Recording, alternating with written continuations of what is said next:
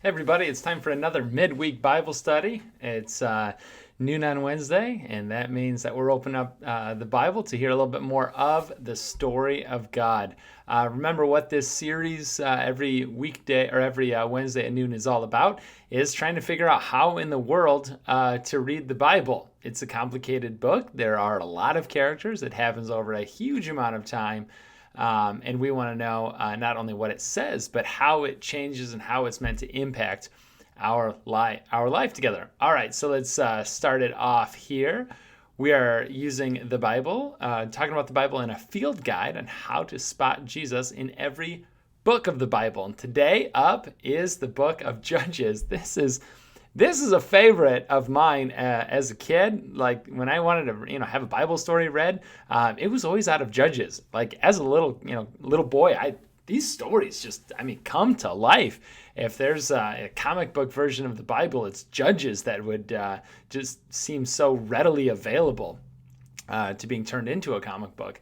We want to start off every time with just with a quote about the Bible to help us kind of picture it. This time is from Francis Chan, who says, "Don't fall into the trap of studying the Bible without doing what it says." So there's got to be like a takeaway on it. There's got to be a way that not only you read the Bible, but also the Bible reads you and makes a difference in your life. Today, we're talking about Judges. So what do you know about Judges? If you're in a group setting, you can go ahead and hit pause and talk about it for a little bit right now. You can ask, what do you know about it? What happened? Who's in it? When did it happen? As many facts as we can. Let's do a summary about the book of Judges. So Judges takes place before there were kings. So if you're kind of in a table of contents of the Bible, you might open it up and you might see that there's Joshua, that was last week, Judges, Ruth, and then we started with Samuel, first like Kings and Chronicles. Well, this is before Kings. There were no kings in the book of Judges, but just because it's called Judges, don't picture like a courtroom setting. Like that wouldn't be right either, because it's not really about that. Not a courtroom. You can imagine regional warlords or like village or group of villages, like chieftains in the area. So the title of Judges is maybe not exactly what you think, especially as you get into the content of the book and to say, whoa. This is not a judicial branch of government that is leading the people right now. This is a story that is disturbing and tragic and violent. And this is a story when the people of God, the Israelites, turn out to be really no more different than the Canaanites in the land that they were supposed to displace. Remember that in the book of Joshua before, that we saw Joshua lead the people of God, the Israelites, into the promised land, the land of Canaan, where there were the Canaanites. And it was because of these two crippling flaws that they had. Flaws puts it way too mildly.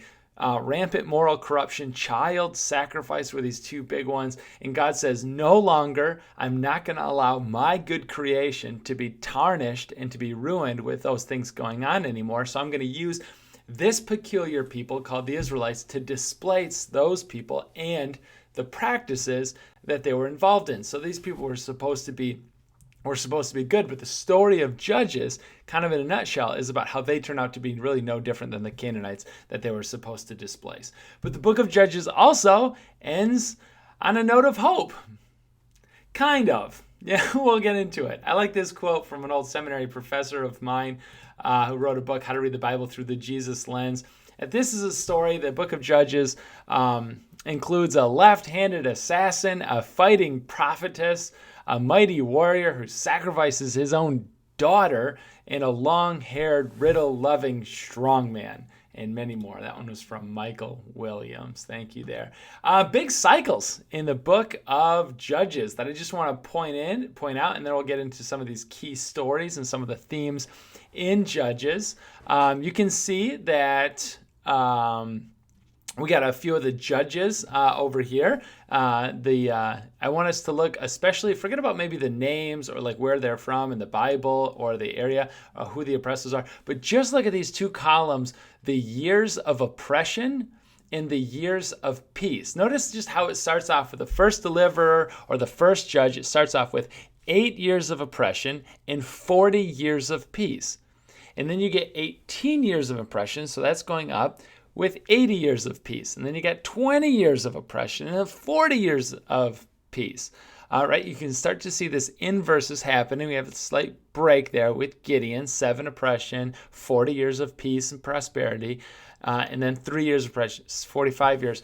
And then you get all the way down to the bottom, and you start to see this spiral take place with Samson, 40 years of oppression and only 20 years of peace. I mentioned this, I share this with you guys because the book of Judges is a cycle, it's a spiral downward. Let's jump into some of the content here. Join me. Some of the key stories, key themes, outline of the book of, this whole thing should be Judges. Judges chapter 1 is Joshua's failure to drive out the people and the practices. Remember that moral corruption. Remember that child sacrifice that was rampant all around there. Judges chapter 2 is an interesting one because we have really an overview of the book of Judges. You can see that there's this cycle that started there in Judges chapter 2. We have sin, oppression, repentance, deliverance, and peace. See, these things take place one after another. It's just this vicious cycle that keeps going all around. And it's interesting that the author here of Judges just points that out ahead of time and says, up front, I want you to know what's coming. The whole rest of the following book is all about exactly that. Come on back here. So Judges chapters 3 through 16 is that spiral that I mentioned earlier. Let's check out these stories. They're fun if they weren't so tragic. Just a few of them here. We have Othniel, Ehud, Deborah. Man, epic stories. Ehud is our left-handed assassin. Deborah is our prophetess, is our fighting prophetess. Just like I said, epic stories that little boys all over the world want to read those for their bedtime stories. And then you have stories of Gideon, who was, kind of a coward. This is a story where God found Gideon in a threshing floor underground. Threshing floor worked because you'd crush the wheat and you'd throw it up in the air with probably a big blanket, and then the wind would blow and separate the wheat from the chaff. Well, you can't really do that underground, but Gideon does that. He's found by God's angel underground because, he's a coward.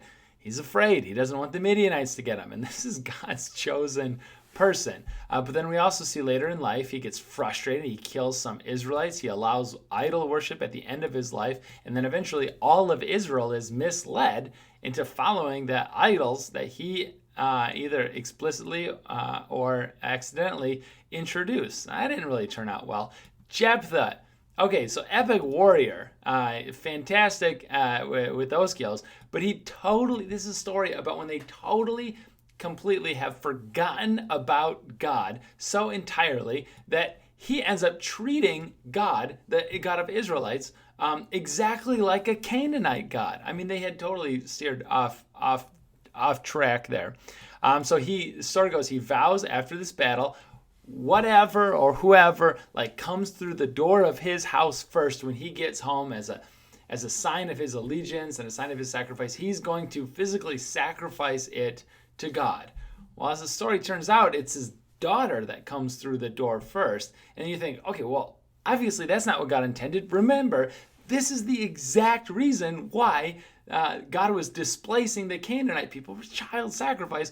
But he had so completely forgotten about the heart of God that he actually goes through with it. And he sacrifices his own daughter. So we start to see this new low point in the story of the people of God in Judges. And you think, it can't get any worse than that. And Samson comes along. Just a big sigh. He's the worst one yet. He's promiscuous. He's violent. He's arrogant. This whole thing is just downright nasty. He's really not a judge. He's not a leader or a chieftain in any sense of the word. He doesn't, he brings no wisdom to the people whatsoever. He's just sort of kind of this bumbling fool strongman whose greatest act in his death is to really harm and hurt and kill a lot of people. And so he's a judge, but he's really like not even a judge at all. And then we have the infamous chapters in Judges 17 through 21 that nobody is going to read as a bedtime for their kids because it's so disturbing and it's so violent and it's so grotesque that we're not even going to talk about it. We're not even going into it. I am going to say, though, is that even though we're not going to go into the content today, I did preach on it a little ways back in a series cleverly named Bethlehem, BC, where it was a Christmas series where we took a look at some of the stories before stories that involved Bethlehem or took place in Bethlehem before Bethlehem was known as the city where Jesus was born. And so if you remember that series, Bethlehem, BC, or if you remember that infamous message that came from Judges 17 to 21, drop a comment. I'd love to know who remembers some of that. It was a long time ago. It was a very number of years ago. And I had to like redact so many parts of the Bible. Like we used to print it on our little cards. Now we just use our phone. But we used to put the Bible verse on these programs that we handed out. And I had to lines and just like parentheses out. I'm not saying that in church, Anyway, it was something. Okay, so we have kind of big themes, two big themes that you really, by the end of Judges, you really can't tell the Israelites and the Canaanites apart from one another anymore. The Israelites kind of blended and turned right into the Canaanite people. And this key phrase is repeated a number of times throughout the book of Judges. In those days, Israel had no king, and everyone did what was right in their own eyes, or everybody did what was right as they saw fit. That's our theme, is that without God, Israel becomes Canaan. In this key passage, Judges 21:25, right at the end of the verse, or right at the end of the book, in those days, Israel had no king. Everybody did as they saw fit. The whole book of Judges is this downward spiral into oblivion. It's a sad, depressing book of the Bible meant to highlight the fact that they didn't think they had a king, except we know in looking back that it's not just the book of Judges, that Judges fits in this whole other narrative artwork called the Bible. And so we're spotting Jesus in Judges is that Jesus is the better and true judge. That the judges all had a fatal flaw. It'd be fun to go through Judges and try to remember. Yes, it was delivered at Christmas time. Thanks for the comment. So uplifting. Judges, they all had a fatal flaw. To think of as many judges as you can, whether it was Gideon or Ehud or Samson, and think about what was their fatal flaw. What did they mess up? What did they not have going for them? Judges, they all had a fatal flaw. Jesus, of course, had none. The judges all brought temporary peace. The book of Judges highlights specifically how much peace and quantifies how many years of peace and prosperity each one of those judges, deliverers ushered in. Jesus, of course, brings this eternal peace that lasts forever and ever and ever and ever. Amen. These days, Christians have a king, kind of playing off from that theme verse that in those days, Israel had no king. In these days, Christians, we do have a king, and his name is Jesus. And I love this phrase, thy will, not my will, be done as it is in heaven. In other words, don't do what you see fit. Don't do what I see fit, because I can barely see past the end of my nose. And that's the point of Judges, is that when we all do just what we want to do and what we think is right, it really turns us into a spiraling downward on into oblivion. But when we do thy will, not my will, on earth as it is in heaven, then we start getting somewhere. A peace, a prosperity that lasts forever and ever and ever in the most meaningful sense. All right, so gang, we've got some group questions that I'm going to leave on the screen here. If you'd like to take a little bit, you can go ahead and press pause. I want to say thank you for everybody who hung out today, and we're going to go into our next book of the Bible in 2 weeks called Ruth, and Ruth takes place in the time that the judges ruled. So again, it's going to be an interesting story, and it helps to know some of the history to get into some of these themes of the Bible. All right, thanks for watching, everybody. See you next time.